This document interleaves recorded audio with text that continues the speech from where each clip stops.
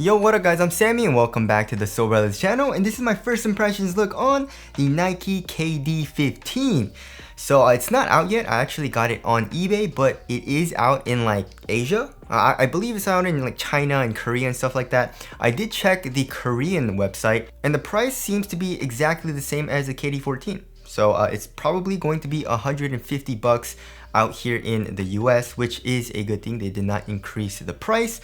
And if you guys do want to cop, I'll try to leave an affiliate link in the description box. StockX also has it available this colorway, and I believe there's like a white colorway available as well. Of course, the price does vary depending on the size of the shoe. But again, links are below, but let's get it started off with the tracciones. And as far as the traction pattern goes, we have a variety of circular shapes. And we can also see a good amount of holes. Right, and probably the holes are for reducing weight, but I mean there's very little holes as you guys can see, so I don't really think it sheds off that much weight. But anyways, this pattern looks pretty interesting. It's multi-directional, and as far as the bite goes, holy crap guys, I'm super excited.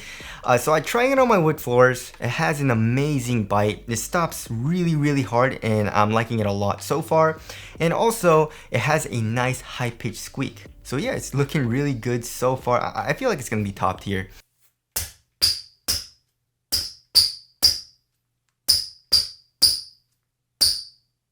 Of course, it can all change once I go into the actual basketball court. The finish is a little bit different on a basketball court as opposed to like my wood floors, right? So it is a little bit different, but for the most part, if it's pretty good here, usually it's pretty damn good on the court, right? And now moving on to the durability, it's probably gonna be very bad. I mean, the grooves are super thin. Like the lines are just, they give us really thin lines. I don't know why, but they just, I guess if you're playing on an outdoor court, Nike just hates you, because in a lot of their like signature shoes, more like their expensive shoes, they give us really bad durability and soft rubber. So the rubber is very easily moved with my fingers. So I definitely don't think it'll be good on an outdoor court.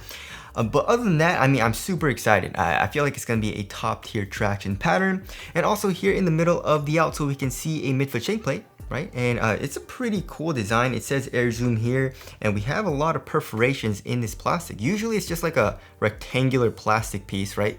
But in this, it's a very cool design, and obviously it takes some design from the outsole. So I like that as well. So torso support, I feel like it's gonna be good as well. Moving on to the heel to toe transition, I feel like it's gonna be pretty damn smooth. So we have a pretty nice curved shape, although one thing that I'm just gonna nitpick on is this part. I really don't like it when companies do this. So the outsole just comes up to cage the back of the heel. Why do you need to cage the back of the heel? Honestly, you need more support here. You wouldn't want the cushion to compress as much here on the lateral side of the heel because it can be a little unstable if there's a lot of compression there, right? But in the back of the heel, not as much. And like when I'm doing heel dominant strides, I like to feel a lot of compression here in the back of the heel. So I don't like how they did that. But for the most part, it's a rounded shape and you still get like a little bit of compression here, or actually a good amount. Overall, it feels nice here in the heel, and then in the forefoot, we have a nice curved shape and a good amount of forefoot flex, right? But like I said, not a whole lot of midfoot flex because of the midfoot shank plate. So the heel to toe transition overall feels pretty damn smooth. All right, moving on to the cushioning setup. So as far as the leaks go, we saw that it was supposed to be full-length React, or they were supposed to use React in the KD15, right? But as far as the tech goes, it doesn't say anywhere on this shoe that it's React. You know, it says air zoom in a lot of places, right? It says air zoom here. It also says air zoom right here. But it doesn't say anywhere on the shoe that it's React, which is pretty interesting, right? Maybe I'm missing it. But yeah, I looked pretty much everywhere. It doesn't say React on this shoe. So we might have been bamboozled. I don't know what it is, but either way, the foam is still pretty damn soft. I would say it's not as soft as the KD14 though. It feels a little bit firmer, but there seems to be a little bit more rebound back. So of course, it's still way better than like a traditional Phylon foam. Especially comparing to like the KD12 and KD13. The KD12 and the KD13 had absolutely zero compression in the midsole. So I like what they did here. And then of course we have the full length Zoom Strobel unit, and it feels pretty much the same as every other full length Zoom Strobel unit. So right underneath your foot, you have a lot of compression, a lot of bounce, super bouncy of course. So if you guys like that, then you'll definitely like the KD15. As far as the insole goes, the insole is like it's like a plastic insole. It's not like an Ortholite. I actually don't know why they give us like a thin, it's kind of like a hard plastic too. Instead of like a soft foam like Ortholite insole, you know what I mean? So I don't know why they do that, but still the Zoom strobo unit is very easy to feel, and yeah, you still have good court feel and all that. So yeah, the KD15 cushioning setup is still freaking amazing. I really like it so far. Moving on to the materials, I really like the materials, right? So we have a mesh material, and it looks like there is another like textile material underneath all of that. And for ventilation, it seems really good. So for airflow, there's a good amount of airflow through this textile material. And then for the tongue as well, we have a screen mesh over all of this material, but in this area of the tongue, we have like a stretchy type of material with holes in it, of course, for ventilation. So that feels nice. And this textile material overall is really thin. Look at that. Super thin, very minimal. Also doesn't have that much stretch to it. It doesn't feel like the most supportive material, but it doesn't feel like it's gonna be bad for support. And of course we have the cage, right? So here on the lateral and medial side of the shoe, we have a plastic cage for support, of course. And then for the tongue, I would say we have like an average amount of padding, and it is a half booty construction as well for better overall one-to-one fit, and also it keeps the tongue in place. As per usual, it says KD here on top of the tongue, and then here in the heel area, this material here in the heel feels like a very soft cloth-like material. And then for the pull tab, it says easy, and we got the number 7 here as well for KD's number. And then for the ankle area, we have, I would say, a good amount of padding. It feels very nice and plush on the ankle area. So overall, it feels really nice, right? It feels very similar to the KD14, you know, a very minimal material here in the forefoot and in the midfoot. The tongue and ankle area are pretty plush, and that feels nice.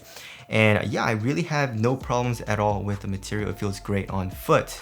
All right, moving on to the fit. So I went true to size, and yeah, this shoe fits really snug. My toes go pretty much right to the edge of the shoe. The toe box is extremely snug, but I feel like this material will stretch out a little bit. So I'm predicting that the forefoot will get a little bit roomier once I play in it a little bit more. And for the width, it is pretty damn narrow as per usual for a KD. So yeah, I mean, it fits like every other KD. It fits pretty much the same as the KD14, KD13, super narrow, very snug in the toe box and all that. I really like it. It fits my foot like a glove. And of course, we have a pretty high heel tap, so this shoe is really easy to put on as well. So if you have a wide foot, or you like to have a roomier fit in the toe box, probably go up half a size or maybe even a full size. If you have the KD14 or you've tried it, go pretty much the same exact size for the KD15. All right, moving on to the support and lockdown, I feel like it's gonna be good.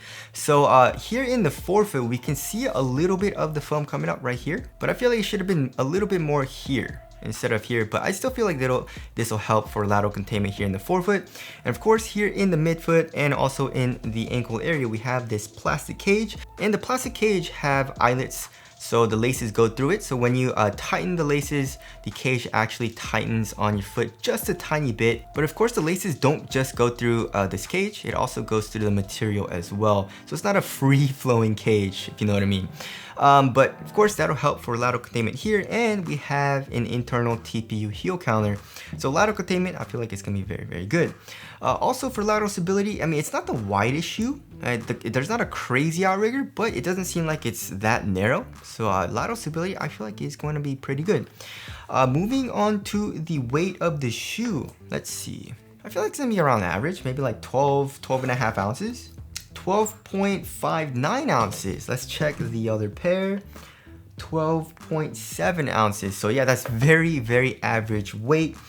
How does it feel on foot? It feels really nice. It definitely feels a little bottom heavy because of how minimal this material feels, especially here in the toe box and in the midfoot. So there is the weight of the KD15.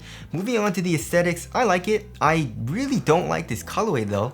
This Volt color, I don't know if it's coming out on camera, but like this Volt color on the upper looks nice, but then the midsole and the cage is like a mustard yellow type of color, which I don't like, and in real life it doesn't match with the Volt color here on the upper.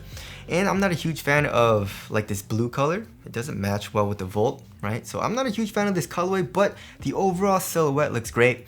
And the other colorways that are coming out, you know, the one that KD wore, it's like a navy colorway. And also there's like a white colorway coming out as well. I think those look a lot better. I also really like the cage, and the swoosh is in the middle of the cage here on the lateral side, but on the medial side we have a reverse swoosh. So tell us what you guys think of the aesthetic down in the comment section below. So wrapping things up, the KD15 is feeling phenomenal, guys. Hopefully the performance on dust is just as good as the KD14, and if it is, it's gonna be an amazing performance. It's gonna be in a lot of top tier lists. Yeah, the cushion feels amazing. Traction so far feels really nice. Materials I really like, and I feel like the quality even feels better than the KD14 as well, and it looks a lot better than the KD14, right? So yeah, my first impressions of the KD15 are looking really good. I'm super excited about it. So anyways, that about wraps it up for this video. Again, if you guys do want to cop, I'll leave an affiliate link in the description box, but that's it. Thank you guys for watching, and I'll see you guys in the next one.